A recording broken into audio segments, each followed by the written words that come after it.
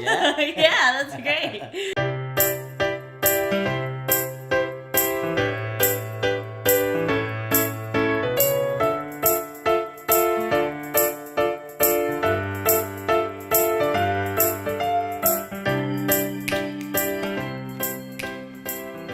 Hello, everybody, and welcome to another episode of the We're So Young podcast. Today we have Rudy Goblen, a breakdancer, an actor, a poet. Who are you, Rudy? Tell me about yourself. I am those things. I would just I have to say three. Do I have to say? No, you can say as much. I You can say can as much tell as, me who you are. I'm a writer, a dancer, actor. More specifically, a poet, spoken word artist, an MC, dancer. B-boy. I've been b-boying, breaking for now in this August, 25 years. I started in 1994. Whoa. And I'm a solo theater artist. I create solo theater work and I write plays as well. I'm also a father, a barber, a dog dad now, you know. And I'm sure, I guess other things that come up, but that would be the writer, dancer, performer. Yeah. So what came first? Oof. I would probably say what came first was dance. Since very young, I've always wanted to move, and tried to move and tried to imitate people that I saw moving, dancing, you know. Mm-hmm. My mom's friends would come over the house and she would make me like dance for them. But I didn't know what I was doing and I didn't have anyone to teach me. But I would say dancing, it all kind of really happened like simultaneously. I was lucky enough to have an older brother who 7 years older than me. And he was very like into hip hop culture. And so I grew up around that, you know. So I started moving fairly young. I started beatboxing fairly young. I think I was 7. And I wrote my first rhyme when I was 11 years old. I was in 5th grade, you know. Okay. Yeah. It wasn't the best rhyme, but it was definitely. I mean, it's an 11-year-old rhyme, and that's pretty. Yeah. But and so I've just kind of always kept doing those things and kept digging more into those things as like I grew older and got into more. I started just things started evolving, you know, like my first rhyme. By the way, I talk a whole lot, so at any point be like, all right, wait, you're going way off. No, that's what we want. But it's an interviewer's dream, actually. Right. So, you know, like my first rhyme when I was 11 was about like gats and guns and selling drugs, which I had neither of or doing neither of, you know. And then like, you know, I was always like into hip hop. So hip hop, I started getting into more hip hop, and then, you know, like in middle school, I got into more of like kind of like playing with words and the whole like wordplay of things as an MC. So, what artists were influencing you at the time? in middle school? Yeah. In middle school, it was a lot. I mean, I grew up in LA, so I grew up on a lot of like West Coast hip hop. Cool. And those were groups like, you know, NWA, and so like Ice Cube, Dr. Dre, Eazy-E, DJ Quick, and a Kid Frost, like a bunch of literally West Coast like hardcore like gangster rap, you know. And then we moved to Miami, and then I got more into other things, but hip hop was different back then. It was all kind of considered hip hop. There was no like, oh, this is gangster. You know, like you could go to the store and you would see Snoop next to like a 2 Live Crew album next to a Das Effects album, and they were all different people from different styles, from different places and that was all Right. considered hip hop. I mean, you know? it's evolved so much. Yeah. But I'd say in middle school, I listened to, you know, Public Enemy. I listened to Outkast. I listened to, you know, I listened to Common. I listened to Black Moon. Yeah, Wu-Tang, you know, things of that sort. And then kind of like when I got into high school, I got into like spoken word. You know, the first time I think I heard Saul Williams on an album, and I was like, oh shit, like what is this, you know? Like, and I was so like,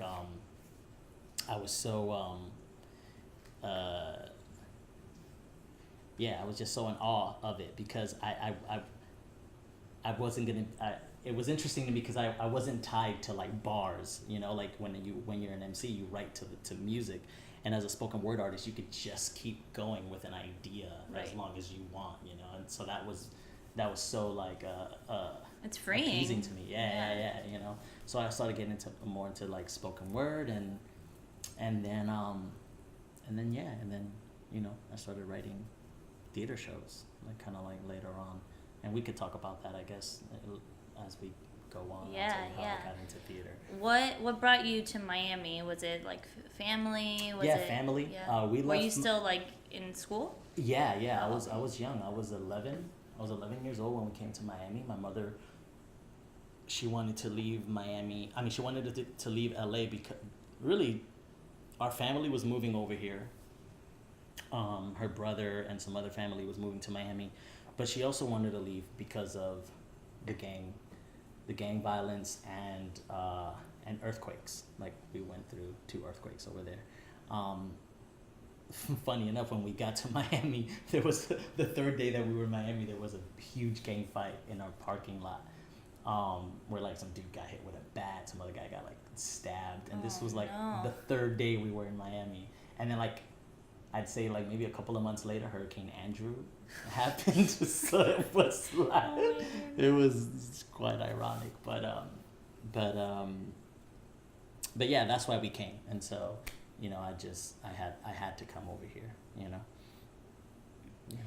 So, tell me a little bit about your plays. Yeah, like how did the transition into spoken word to plays happen? So, I also started dancing. I started breaking in 7th grade in 1994.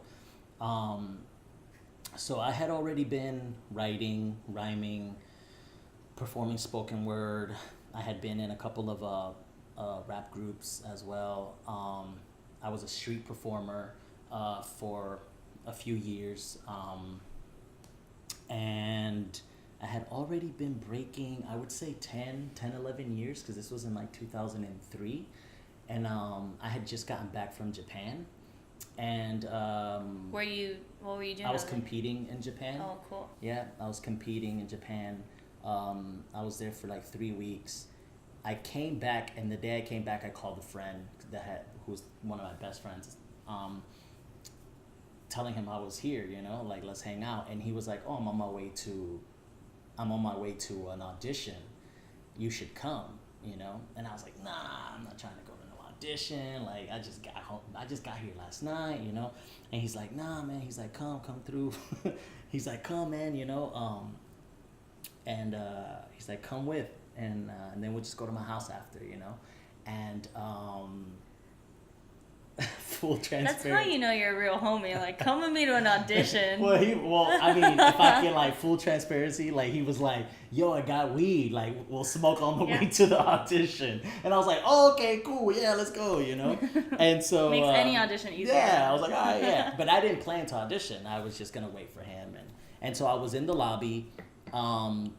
High in the lobby, waiting for my friend to come out, and then didn't know her then. She's now a very, very good friend of mine. Her name is Rebecca Lango. Works for Young Arts now. She worked for Miami Light Project for many years, and Miami Light Project was where the audition was being held. Okay.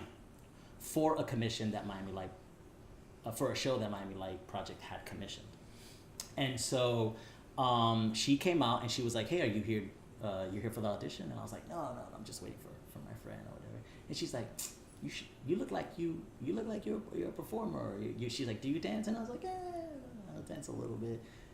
I had already been dancing like 11 years. I was trying to just be short, you know. And she was like, she's like, come on, audition. And I was like, no, I don't have anything. I don't have a resume. I don't have a picture, nothing. And she's like, I'll take your picture and just sign this. And I was like, dude, talk about being in the right place at the right time. And so she talked me into it. I came into this audition, and yeah, that's where I met who is now like, you know, he's my art dad, mentor, one of my best friends. His name's Teo Castellanos. He was there at the audition, and so he was there, and they asked me to dance for about a minute and a half. They asked me to improvise some stuff as well, and then they asked me for a monologue. I had no idea what a monologue was. I didn't. I was there. I was like, "What?" They're like, "Did you bring a monologue?" And I was like, I don't. You know, I didn't know what that was, and a friend of mine, his name was Speedy Legs. He was also in the audition because he was going to be the choreographer for the play we were doing, and he said, or for the dance theater piece, and he's like, "Yo, but you rhyme, like you rhyme, you do spoken word, right?" And I was like, "Yeah." He's like, "Why don't you got something that you could do for us?" And I was like, "Yeah, absolutely, yeah, I could do something." And I remember Teo asking me, he's like, "Well, do you want to go get it?" And I was like, "Well, get what?" He's like, "Well, do you have it with you?" I was like, "Oh yeah, I know it." I never had written anything down, you know, like up to that point. I was just, oh really? Yeah. Oh, I would wow. always just like remember it, you know. It became like mouth choreography. I think being a dancer just kind of like helped out with that, you know. So I did this piece. I did this spoken word piece, which actually ended up being in the show that we ended up doing. But needless to say, they called me back the next day. Rebecca called me back the next day, and she said, "Hey, you got into the company." And I thought it was a gig. What? Yeah, she's like, "Hey, just want to congratulate you. You got into the company. We want to ask you to be part of it, blah, blah, blah." And I was like, "What?" I had no idea. Man, literally, right place at the right time. Yeah. And so then she's like, "Yeah, we're going to meet in February 4th, blah, blah, blah, blah, whatever." And you know, and then that's it. I went, I got into this dance theater company, and we worked for a year and a half to create our first piece, which was called Scratch and Burn. And that's where I got all my first form of theater training from Teo. And then just like what an amazing way. Yeah. And then like workshops that we took, you know, like West African workshops and stomping workshops and capoeira workshops and Suzuki workshops, and I mean, we studied so much for those 2 years, which was kind of crazy because we were getting paid to do that. That's amazing. And I'm like, man, people are going to school for this, you know. And then that's kind of how I met all my friends that I know now. That's how I met Terrell. That's how I met Teresa and Rosie and Lewis, you know, all Leonie, like all dancers, performers, actors, writers here in Miami doing amazing, great things, you know. And then that's how I got into theater. And after we performed our first show, a year and a half later, we premiered in 2005. The artistic director of Miami Light Project, Beth Boone, she came up to me and she said, "Hey, have you ever thought about writing a show?" And I said, "No." And she's like, "Well, you should think about it, because I would think about possibly like producing it, you know, presenting it." And I was like, "Okay." And so, you know, I went home and told my girlfriend at the time. I was like, "Yo, this is crazy. Like, Beth asked me to write a show." And I just figured, you know, she sees so much all the time, right, that if she asked me, that it must mean something. And so then I wrote my first piece in kind of like the end of 2005. I premiered in 2006. It was a dance theater piece called Insanity Isn't. It was short. It was only 28 minutes. And I did it for the Here Now, which is part of their like series that they do at Miami Light Project, that they commission 4 to 5 local artists to create original theater, dance, visual art work. Right. And so I did it. I performed the show, and then she was like, "Hey, we want to commission you to create a full length piece," you know. And so then I made it a 70-minute show, and then that was in February. I turned it into a 70-minute show by May.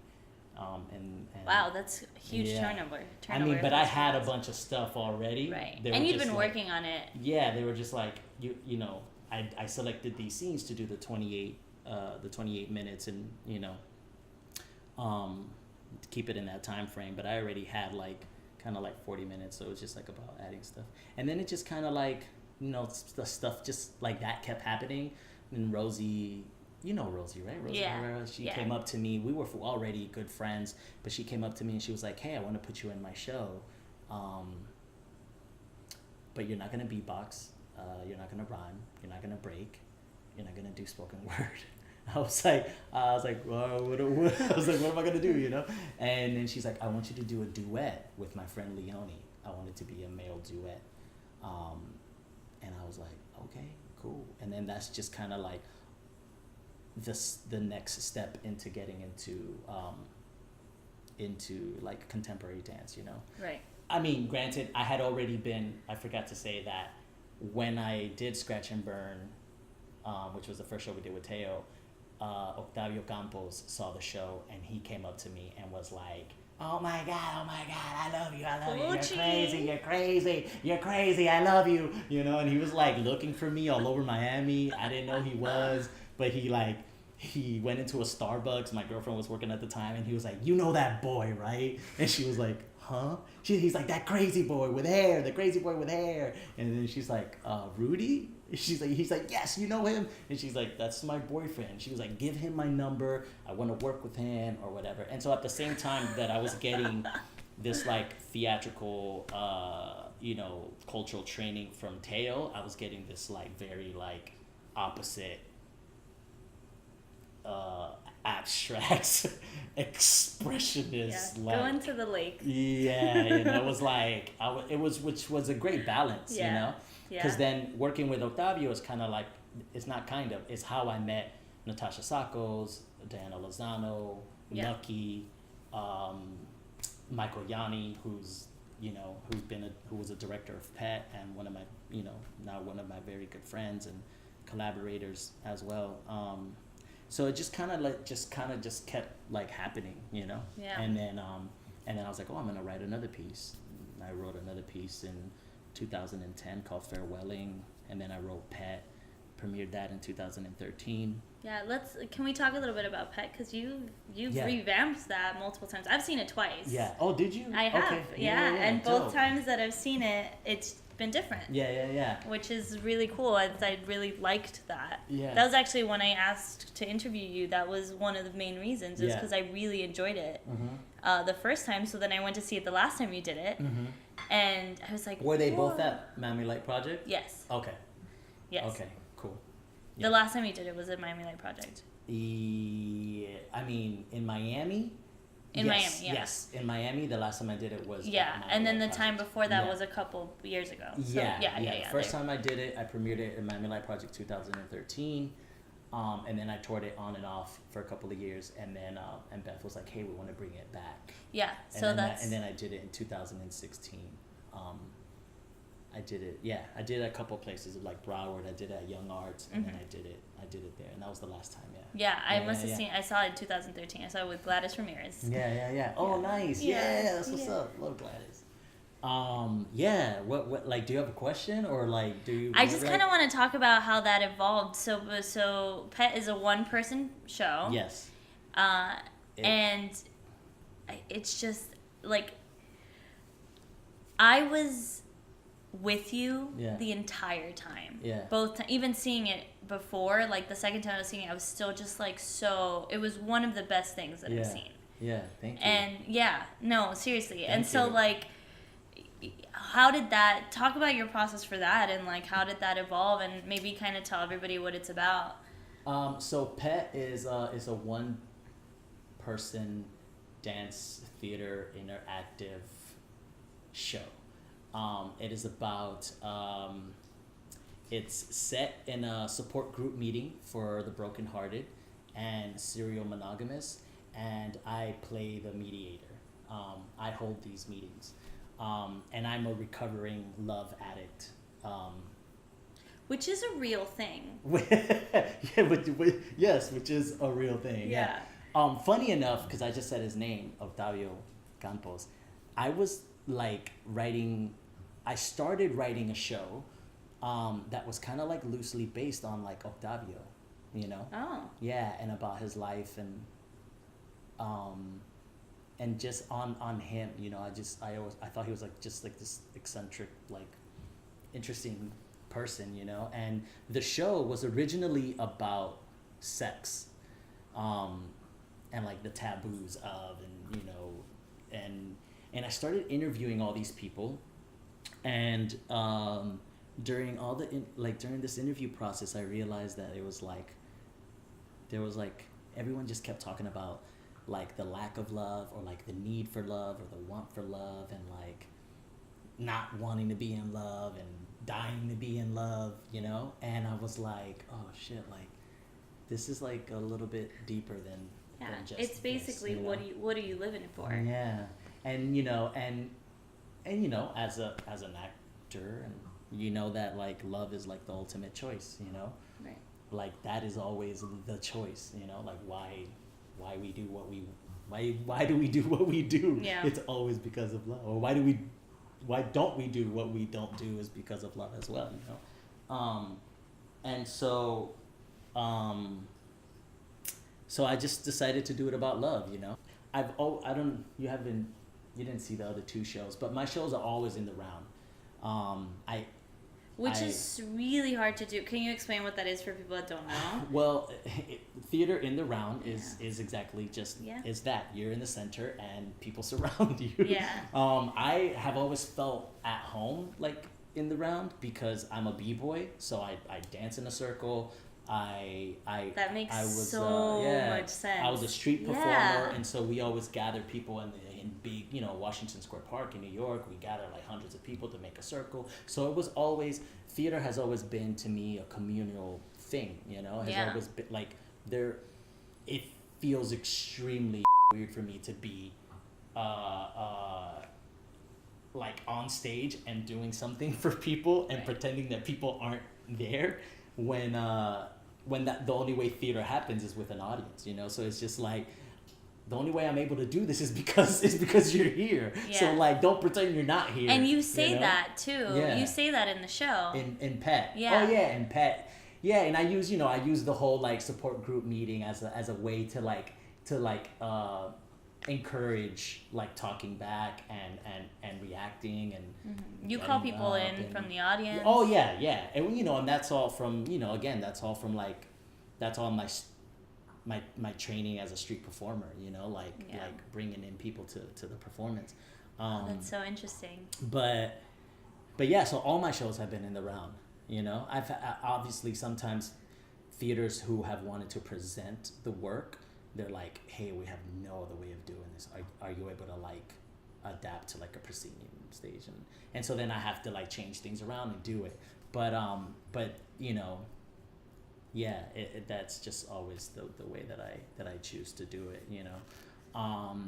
And so then, you know, the show, you know, starts off with the support group meeting, and you kind of like find out through like the middle of the show that like this guy's still extremely like hurt and covering it up with a smile and like I'm okay, you know. Yeah. So yeah, it's weird. I mean, it's not weird. It's fun. It's a fun show.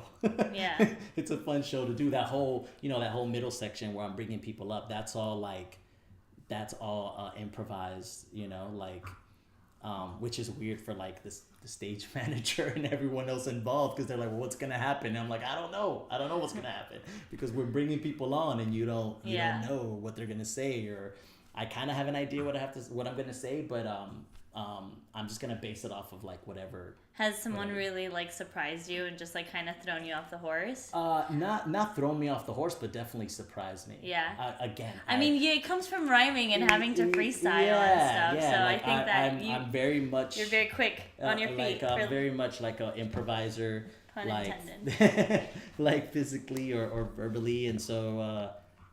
So yeah, no, I love it. I live for it. That's why I encourage it. You know, surprise me, yeah, because you know I've you know, there's a part where I hold up a knife to someone's face who I'm using to portray a woman that I dated, you know, and I'm screaming, and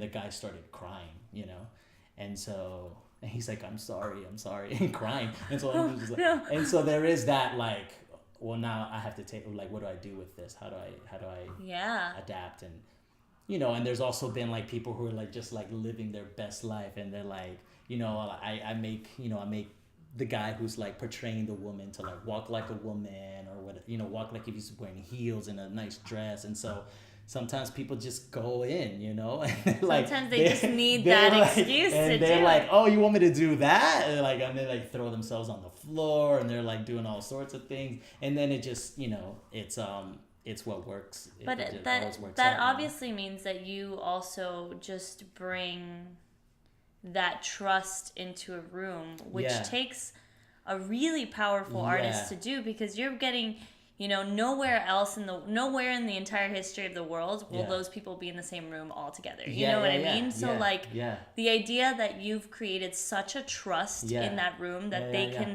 let loose, or even that man who cried, Yeah. you know, like that's so powerful. Yeah, thank you. Yeah, you know, it's funny. I often see it. I often see myself as a host. You know, I mean, I do host a lot of events as well, but it is that like, it is very much like welcoming somebody into the space, making them feel comfortable to know that all of us are going to experience something, you know, and Right. create an atmosphere where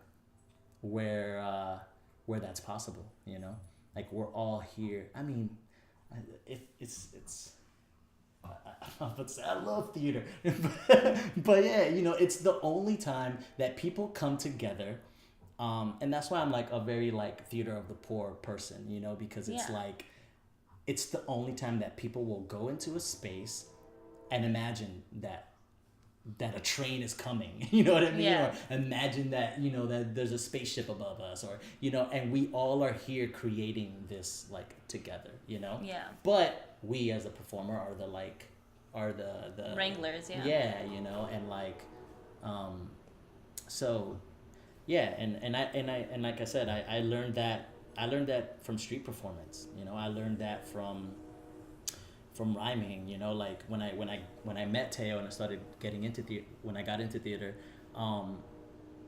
it made so much sense to me. One, it was intriguing because one, I could be all of those things. I could be a beatboxer, an MC, a poet, a spoken word artist, a writer, a dancer, experimental mover. I could be all of those things in one space, and I have to choose one title, you know. Two, I had already been practicing certain things that people do in the theater, without knowing, Right. you know, improvising, interacting with the audience, comedic timing, you know, tempo, knowing. So many things kno- are just so intermixed Yeah, in the art. that- So yeah. I mean, you know, you talk about, you know, having to get people to trust you in like the theater, which is like kind of like a safe space, you know. Right. I was doing that like in the street. That's even like, you know what I mean? Like getting people to go, it's okay. Like, Yeah. come in here, let me grab you. I'm gonna flip over you, and then you're gonna give me money for it. You know what I mean? Like ultimately, that's the goal. Like, I'm gonna make you so comfortable that you're gonna give me money for it. You know what I mean? And I'm also gonna make you do all the work.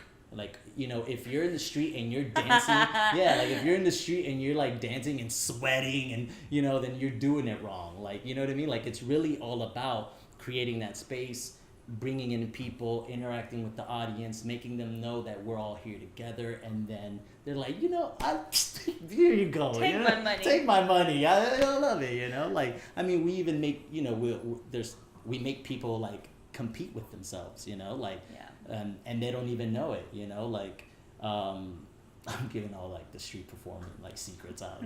Like, but like if we were in the street and you gave me money and I'd be like, I'm like, what's your name? Where you from? You from Cuba? Oh, she gave me $5 and she's from Cuba. And then guys like, hey, look, I'll give you $5. And I'm like, where you from? He's like, I'm Dominican. And I'm like, he's Dominican. And then people start to like, well, here you go. I'm from New York, $10. Like the people want to like boast in that way, and it's so funny, but yeah, I learned a lot of those things, already when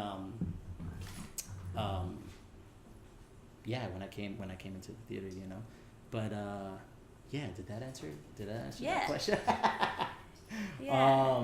Yeah, man, and then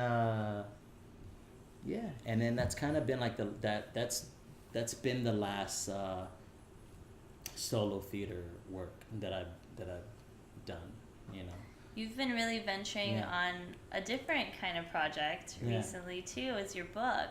Oh yeah, I did do that. That's right, that thing. Yeah. Can you talk a little bit about that? Yeah, sure. I just had, I had a bunch of stuff that I had written and had never used. You actually like wrote it down this time. I actually wrote like on napkins or my phone or receipts or whatever, and on my computer, and then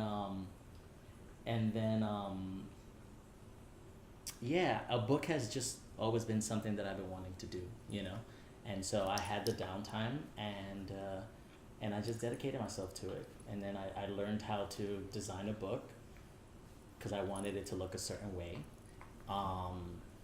Took my time designing it, getting it right, put all the stuff that I wanted to put in there. Some stuff I wasn't too fond of, but I was like, whatever, I'm just when else am I going to use this, so I just put a bunch of stuff, kind of like 10 years of stuff, Wow. So some stuff is really, really old, which I think is interesting to like see and look back on, and then I just wanted to create something cool for people, so I created a little like package. I made these like burlap bags. The book is called A Bag of Halos and Horns. So I wanted people to get like a cool little package when they received it, as opposed to just like this book, Right. So I created, I made these like burlap bags and designed them, and screen printed them, like everything was like made, like I made everything, it was just because I wanted it to look a certain way, and also it's just easier and cheaper that way, Right. like when I was like trying to sell it on Amazon, they were like, oh, we're gonna sell your book, like if you want to sell it for this much, you're only gonna make like $1 something off of it, and I was like, well, that's great if I sell 10,000 copies, Right. you know what I mean, but we're talking about like hundreds, so I was just like, I cut the middleman out, I self-published it, Oh, I man. designed everything, I found a printing company that I really loved, and and that was it.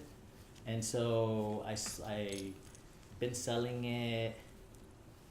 I sold it for like in a year and a half. I sold out all the copies. Oh man, are you gonna get new that I copies? made. Maybe. Maybe. I kind of wanted it to be a special project, Right. I wasn't too like hung up on like making a book that was gonna sell forever, I just kind of wanted to make like a limited edition kind of thing. That's awesome. Yeah, and so people could just have it, and those people have it, so so I don't know, now that after I was like, oh, I sold out, like all these people started like contacting me and were like, hey, and I was just like, wow, I've been selling it a year and a half, and now that I sold out, you're like, hey, I want a copy, so I don't know, I might, but right now I have some things on my plate that I need to focus on, so So yeah, you know, I mean, I package everything, you know, like Yeah. when the package, like that's my merch that you're looking I'm at gonna right buy there. one of the shirts So, you're wearing because I love it. so I've like been yeah, staring like at it and I'm like, put, that's such I a get great. it, I do it and send it off, you know, like I print the labels here, That's you know, like, um, but yeah, that's the world we live in, that you can do that, you know, Yeah. which I think is great, you know. I mean, we're recording a podcast Yeah, in my your living room, yeah, right. Yeah, so and that was just, you know, one of the things that I wanted to do, and so I did it, you know. Nice. Yeah, I got it done. I'm proud of it, happy with it, you know. Yeah. Yeah. So let's talk about like the dirty stuff. So, Mm. what are some challenges that you've faced that you think have shaped? We're going there. I see your face. Mhm. We're going there. That have shaped just not just your career, but like what inspires you to do what you do and Yeah. to write these stories, to Yeah. perform these stories, to channel these stories into your own life. Like, what are some things that? I don't know. I don't quite know how to answer this, but I'll try. And I don't know if I'm going to just focus on, I guess, one story or a few stories, but I can say things that come to mind, right? I was raised by my mother and my grandmother. You know, grew up without any father figure. That inspires me, you know. My mother's like will and like independence and like rigor, you know, like work ethic that she had and has, you know, inspires me and has inspired me. Um, uh, I I was a teenage father. You know, I had a son at the age of 14. My son was born in January, and I turned 15 in May. So I had to adapt very quick to that, you know, and that inspired me and pushed me to do many things, you know. Some things that I wanted to do, which were maybe, you know, not the best choice for other people, but it also made me do things that I didn't want to do. You know, I've worked all kinds of, you say dirt, you know, dirt jobs, you know, like I've done, you know, I've worked in restaurants as, you know, bartender, busboy, waiter. I've like, you know, I've done construction, I've cleaned public bathrooms, you know, like in Piccadilly's and Denny's and movie theaters, like, you know, I was, you know, just, yeah. So, but, you know, looking back, like when I started writing or I guess when I started wanting to tell stories or just kind of like what I've been through or what I've seen people been through, it made all the sense in the world that I had gone through the things that I have gone through, you know, because I just, you know, you kind of like wonder like why are these things happening to me, or why do I like singing opera, why do I want to sing or whatever it is, Right. you know, like, and then you realize later on that you're like, oh, these are all layers that I'm going to use somehow, some way, you Yeah. know, like I learned a lot of life lessons through breaking, like through being a b-boy, you know, because I traveled the world because of it, you know what I mean? Like I went to China, Japan, Korea, Canada, Australia, you know, literally places that people will never ever go. Oh man, you you're know? so much closer to me And- to get the Yeah. all the continents. Yeah, you know, like it, and yeah, and so traveling, you know, teaches you so many things, like you know, seeing the way other people live, you know, also just puts a perspective into like, you know, how blessed you are, or things you want, things you don't need, all of that has inspired and inspires my work, but yeah, man, I'm trying to think, I've yeah, I've been in very low places, I've like been in like no money situations, or not knowing where the next like check is coming from, um, or not having a place, and like trying to like figure that stuff out, but I realized that happens no matter what. Yeah. No matter what you're doing, I have a best friend. His name is Recognize, and his dad came. I used to live with him. His dad came to visit us one time for a month, and we got into a conversation, and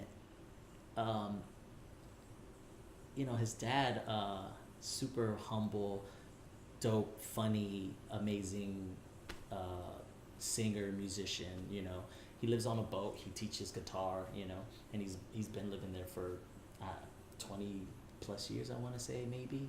I may be wrong, but he always said that he's like, when there's always ups and downs, but when there's the downs, I always remember that at least I'm lucky to be doing what I want to be doing and what I love to be doing.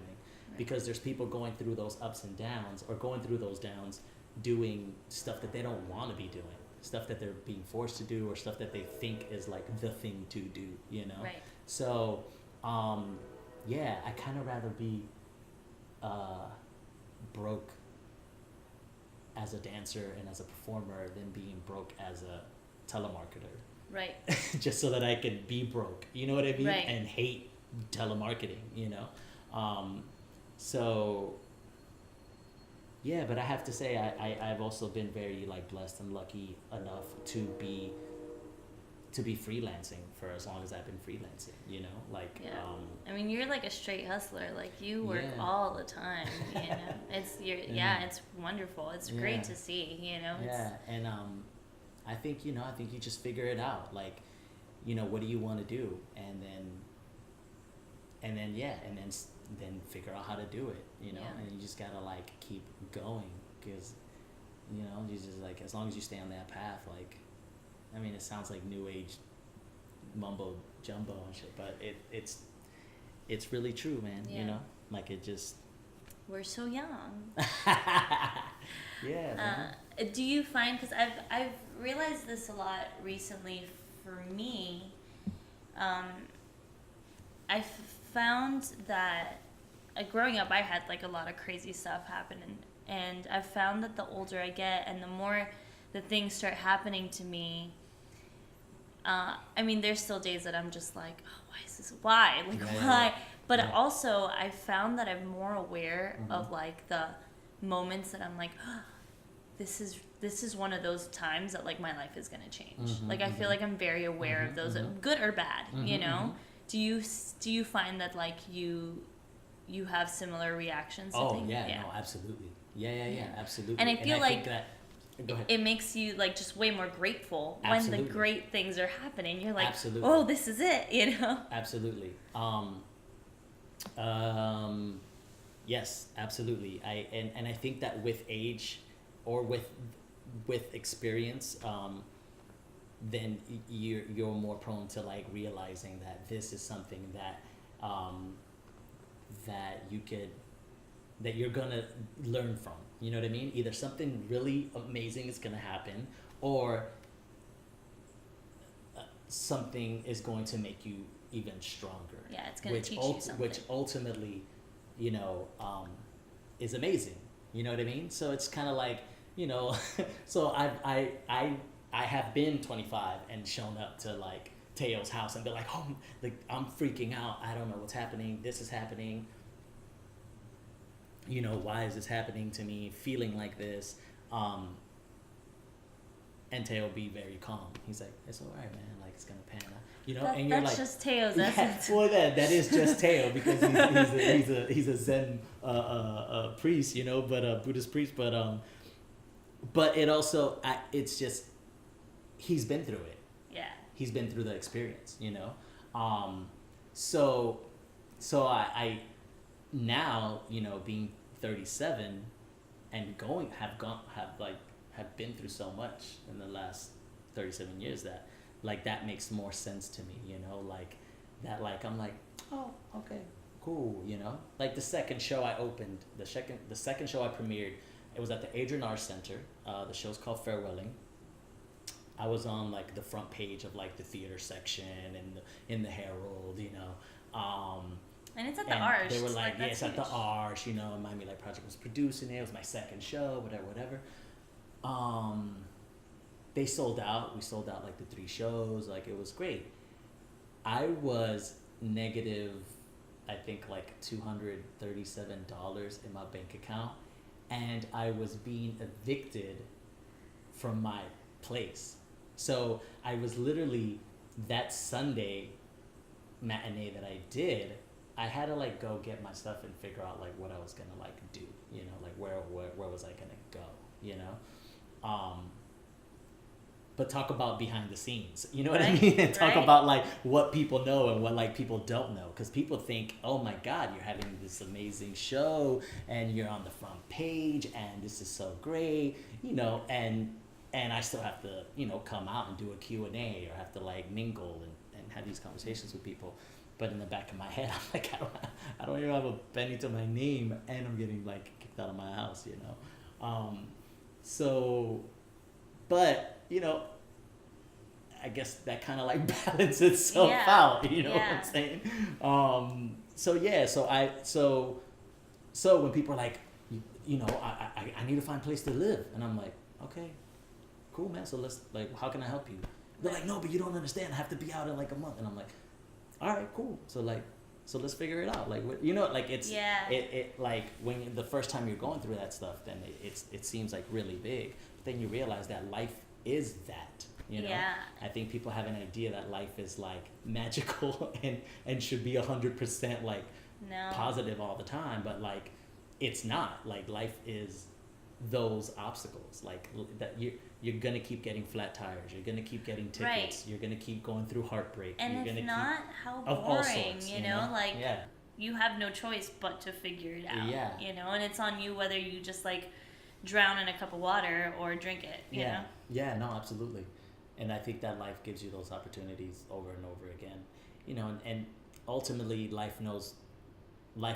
So so when you're like, why am I going through this? You're like, because you have to, you know what I mean? Like, because that's what's going to make you strong, and that's what's going to make you smarter, and that's what's going to just, get you on your P's and Q's, whatever it be, like, a death in the family, or like you got fired, or whatever, like horrible thing you think is like happening to you, there's always another side of that, it's like, the silver lining of it. It's just always, it's literally just that, like if you're sick, well, you were healthy and now you're sick, and then you'll be healthy again, you know what I mean? Like there's just always like the other like side of things, and I think and that's what life is. Like you can't have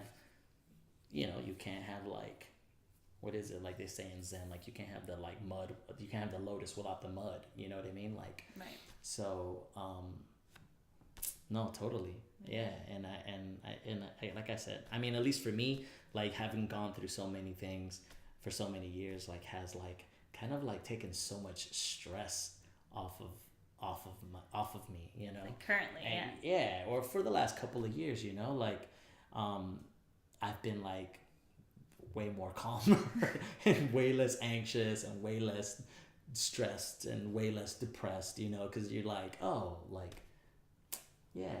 Like that's like, of course, like that's what it is, like, and it's okay, and it makes the good times real good.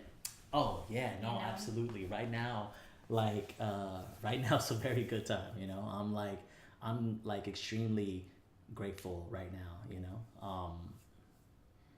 there's a lot of like good things happening, and not to say that there aren't the opposite of those things happening, but it's also choosing to see those good things, because there's always to some degree something good happening, and it's like choosing to see the positives instead of focusing on the one thing that's like really bad, you know? So with that said, if you could tell your 11-year-old self, recently moved from LA, something, Yeah. anything, what would you tell them? What would I tell my 11-year-old self? It's fun. I'm like, I kind of still feel 11. Um, Tell them that and be like, you're not growing up. oh man, I want to say something like prolific, you know what I mean? But no, I think that I would I honestly, just because of what we're saying, I would probably just say what we've just been saying, that stay en route, and just keep believing and keep doing what you want to do, with love and respect, and that, yeah, that you got it, you got this, like whatever you envision, you got it, it's already there, which I tell to my students all the time, at dancing or writing or act, whatever, like that. I'm like, you already know how to do this. Like you're already good, now you have to do is remember. Yeah. And like trust. I already see the future you, like I see the dancer, and I'm like, I already know what kind of mover you're gonna be, now your job is to do the push-ups. Like that's all your job. That's your job. That's all you need to do. Just go to the gym every day, do the metaphorically go to the gym, do the push-ups every day, so that you can be what you're going to be. Right. If you don't, then you won't be that. But you're already that. If you envision it, you see it. That's it. You're it. Now you're that. Now how do you get to that? Right. Yeah. That's awesome. Yeah, I think there's a beautiful quote, man. I don't remember his name, but it's he says something like, the quote is like, close your eyes, imagine the best version of you possible, and now let go of any part of you that doesn't believe that. Oh, And that's then, beautiful. and then and that's it. Yeah. And that's it. Because ultimately it's our insecurities and our fears that stop us from like being like, well, I want to be an astronaut, or I want to do this, or I want, you know what I mean? Like, what is stopping me from doing that, But yeah. What is something new you want to try? Yeah, no, I definitely want to try, and have been trying and dabbling into creating these just creating, I guess, I want to say new theater, but everyone always saying new theater, but I guess my style of theater, I've been a solo theater artist for very long, and now I kind of want to take that, like, that training and that experience, and I've kind of like built my own like pedagogy as well, and put that into a script to give to people to create this work, like my work is movement based, it's I don't know what you want to call it, but there's words, there's text, there's monologues, there's movement, there might be no text at sometimes, and I kind of just want to bring that into the theater, Yeah. I see a lot of things that I don't like, or that I'm like, well, man, like it's, it's such a, there's so much potential here for these things to happen. Yeah. And that's so frustrating sometimes. Yeah, when you're watching something, you're like, it's right there. Like that idea is right like there. that, and yeah, and so I just want to take all the training that I've gotten, and that I use, and the things that I've created myself, and put that out into the world, onto other people, I also kind of want to, I also have been thinking about lately about setting solo theater work on people as opposed to like myself, you know? Oh. Yeah, and then like building on that, Student like becomes teacher. yeah, like writing solo work for Yeah. solo artists or not even solo artists, but for one person, you know? Right. I've also, you know, like thought about like redoing my shows, but like setting them on other people, you know? So like Pet, for instance, Right. but like have like the female version of Pet, you know? Yeah. And then like what does that do to the dialogue when there's a woman as like Wow. the Yeah. main person, or an old man, you know, like a 65-year-old man doing Pet, you know, like how does that change everything, you know?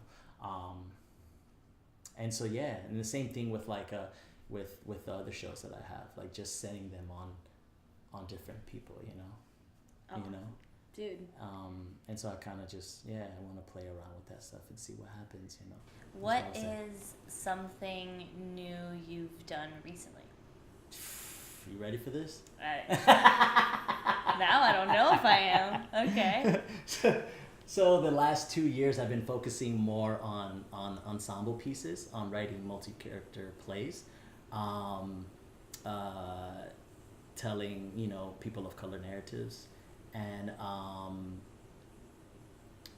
like that has been like a whole new endeavor for me, like creating work for people, you know. And I'm really about that right now. Like I'm really into creating work. As I've always been a solo theater artist, you know, and I'm kind of like now I want to kind of like I want to chill out for a little bit, and then just like tell these stories, and also, not only create the work for people to do, but create work, like create jobs for people of color in the theater, you know. And so I've been doing that now, kind of focusing on that for I'd say the last like 2.5 years, and I decided to go back to school for it. Whoa. Yeah. Cool. So that's like the newest thing, and this I'll tell you now, but this podcast this podcast is May, right? Yeah. May 1st. Cool. So by then it's all right, but like so I applied to school, and I got into I recently found out that I got into Yale. Stop! Yeah. Yeah. That's amazing! Holy crap! Yeah. That's amazing. So- I would hug you, but the microphone is involved. But I'm so excited for you. So yeah, so I Oh recently my god! So I recently found out that I got into the playwriting program to get my MFA. That's huge. Yeah, man. Yeah. That's why. That's I'm feeling- hard. That's why I know they only take 3 people. I They know. only take 3 people. This year there was 286 applicants. I applied last year, and they put me on a waiting list. They were like, "Hey, we really, we enjoyed your work, blah blah blah," but they put me on a waiting list. They're like, "You're first on the waiting list. If one of the 3 don't accept, then you'll take their place." I'm not like, who's not gonna accept Right. an offer to Yale, but so I like quit everything in life for like a month, and I was like, I hate this. I'm never doing this ever again. I hate the arts. I hate writing. Like it really did affect me. Because I wanted it so bad, and then you start to think like, well, what was wrong with what I submitted? Right. Or what could have I improved on, or and it just makes you think all the things, and actually Yanni was like the one who kind of like encouraged me to apply again. He's like, dude, you were Yeah, on you a were waiting list. Like so you, close, yeah. like you were like, You were- did it just like so- him right now. So That was a perfect impersonation of him. So he was like one of the main ones who encouraged me, and who were like, you just need to do it again, just apply again. And so I did, and I made it to the interviews, and then I got picked. I found out 2 weeks ago. yeah, I just kind of been like taking it all in, you know. Yeah. I guess because we've been talking about this whole like stay en route and do what you want to do, you know, like it's amazing. I mean, it's amazing. Obviously, it's amazing. It's an Ivy League school. It's like the program is what it is. The program is huge. Yeah, and all of that. But I do think about like I dropped out of school. I dropped out in the 9th grade. You know, I dropped out in the 9th grade. I was a teenage father. I'm a street performer. You know, like I don't have a GED. I don't have a high school diploma. I literally just chose to create work and train myself and take in all the training that I was getting from all the people that I was blessed to like have in my life. People like Teo, people like Yanni, you know, people like Rebecca, people like Rosie, you know, or all my friends, all my good friends, people that I've named already, you know, like Terrell or Rec. Like these are all people, all my friends are like literally like really good at what they do, and you know, and that encourages me and inspires me like constantly, you know. Yeah. So and I learn from them, you know. I learn from all of them. So but yeah, so it's just like kind of crazy, you know. Nobody in my family has gone to university, you know what I mean? Like so just to like to like think about like I'm there, you know, like I'm going, you know. That's great. Yeah, That's like, amazing. yeah, Oh, man. I'm so excited for you. Oh, I you. can't wait. Sky's the Awesome. limit, man. Like Yeah, man. these are amazing things that are happening to Yeah. you. I'm so proud.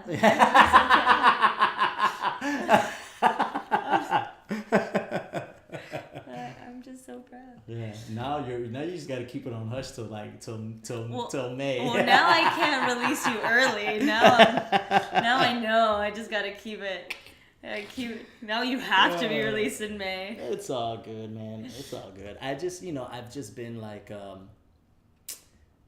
it's a little surreal, you know. It's a little alive, and I take kinda, it in, man. Yeah, take it in. Taking it in and just kind of like been That's like so fair.